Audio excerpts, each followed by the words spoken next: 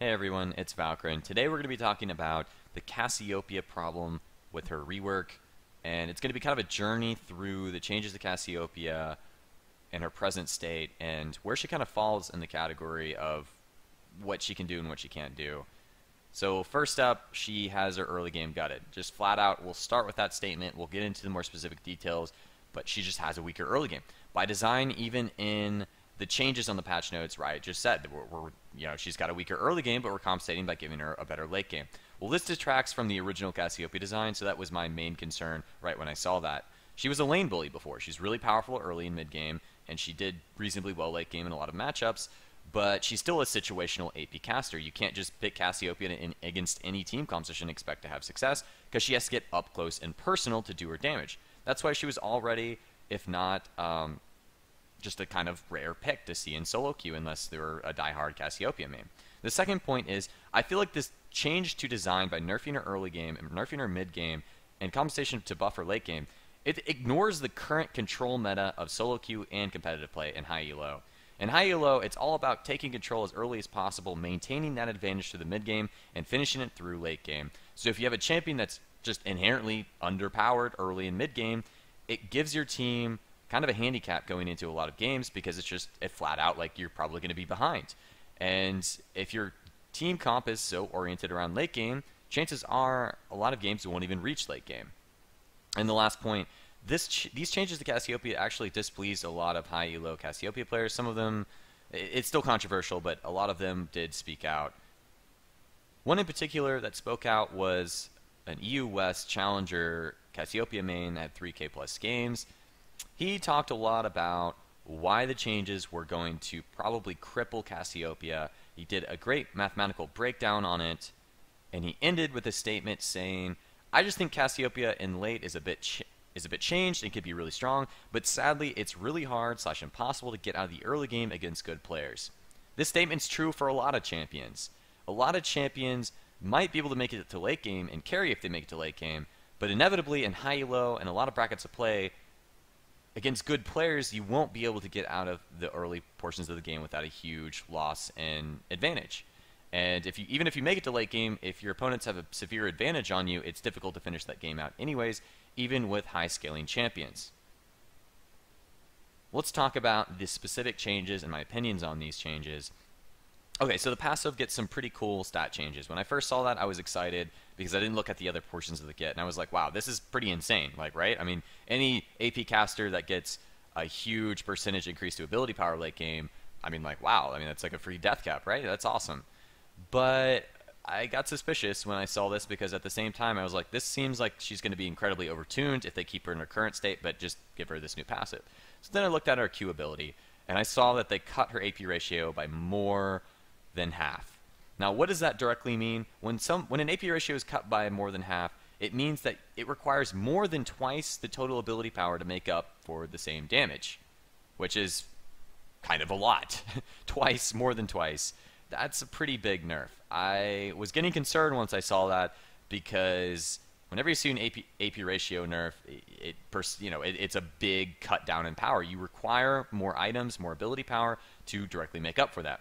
Then I saw the W AP ratio get gutted and the base damage nerf. Then I was getting really worried.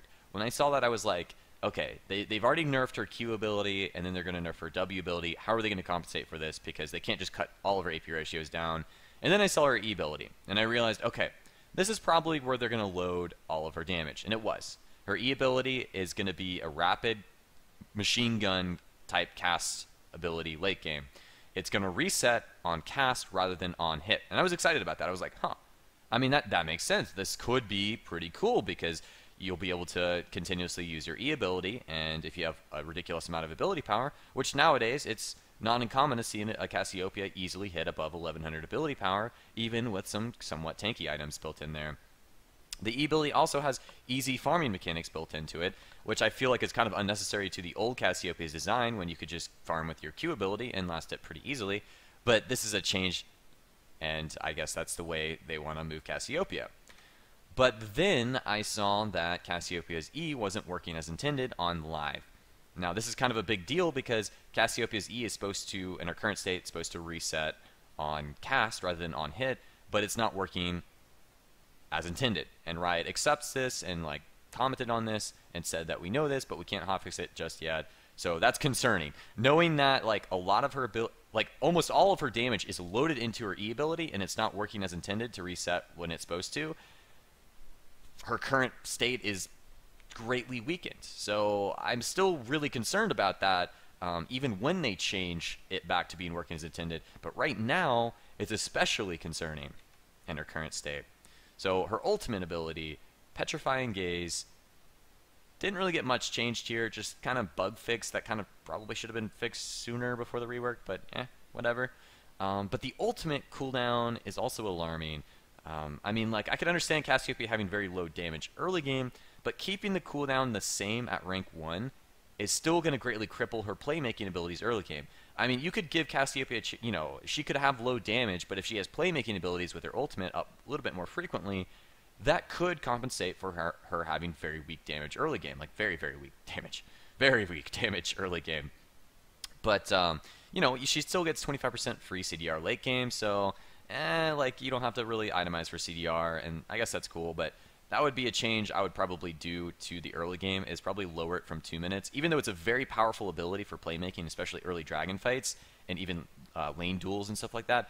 I still feel like it should be up a little bit more frequently to make up for the very weak early and mid game that she now currently has. So kind of putting this all together, I'll talk more about what flaws by design this creates for Cassiopeia. So with the old Cassiopeia, let's talk about the old Cassiopeia for a second. The old Cassiopeia had issues getting up close and personal to actually get her damage off, because she's got to get up close and personal to get the damage off. And I mean, we've seen a lot of metas where if you were like that, you couldn't do anything at all. The old AP Nidalee meta, where you would get one shot from off screen. Good luck trying to play a close range mage against that back in the day. Even in the current state, champions that are, you know, they have to be played up close and personal, usually are compensated by having super mobility. When we're talking about the champions that are super popular right now in solo queue, like Zed, Akali, even like Talon, mid lane. And I'm not saying that Cassiopeia is going to be forced into mid lane again. We don't really know. We haven't really tested her on live enough to know if, like, hey, maybe she could be a support nowadays, or she could be a top laner. Who knows? Like, we really don't know the best role for her in her current state with this rework. But what I'm basically trying to get across is the old Cassiopeia's design was hindered anyways early and mid game because you had to get up close and personal, and there are a lot of champions in the game with long range skill shots, long range pokes, you know, insta kill potential with lots of mobility. It's difficult to play a champion like Cassiopeia and a lot of other mages that have to get up close and personal that have limited mobility. Cassiopeia does get movement speed increase, but it's not like she's got an instant gap closer or something like that. So by design, her original design was somewhat limited what she could do. Now, we'll talk more about why there's more flawed design into loading too much power late game on a champion. Poppy syndrome. Loading too much power late game, but leaving the early and mid game very weak. So a champion by design that has an early and mid game that is incredibly weak, but it's compensated by a powerful late game, it's just flat out flawed, because in high elo, a lot of players will just focus and punish that player and never allow them to reach late game. That's just how it works. If that wasn't the case, then by design, Poppy should be one of the strongest champions in the game. No one argues that Poppy is weak late game. Everyone kind of accepts that Poppy is pretty much overpowered late game because of her passive and her ultimate. However, it's just so difficult to consistently reach late game on Poppy with an advantage, or even being even with your opponents, that it's difficult to make Poppy work. But you can, it's just difficult. And when there's difficulty like that, there's inconsistency with results, etc., etc. So trying to put Cassiopeia into a similar design to a champion like Poppy, I mean, we've already seen the results of that. I mean, it can work in limited, reasoning.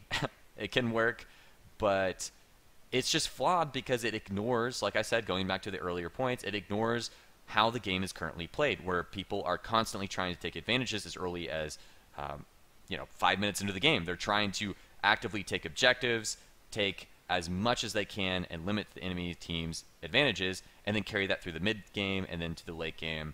And it's just, if your champion is weaker early and mid game, it's too hard to consistently reach late game unless it's just overtuned. So that's flawed by design. Unless it's overtuned late game to the point where it's just obscene, having an underpowered early and mid game can be too inconsistent in a lot of games. Anyways, guys, that was kind of brief. I wish I could go into more detail, but making a longer video would mean people probably would be less likely to watch it. Anyways, guys, don't forget to watch my stream at twitch.tv/Valkrin today. I'll be streaming all night like I always do, every day, 12 a.m. to 8 a.m. EST, Eastern Time Zone. See you guys there.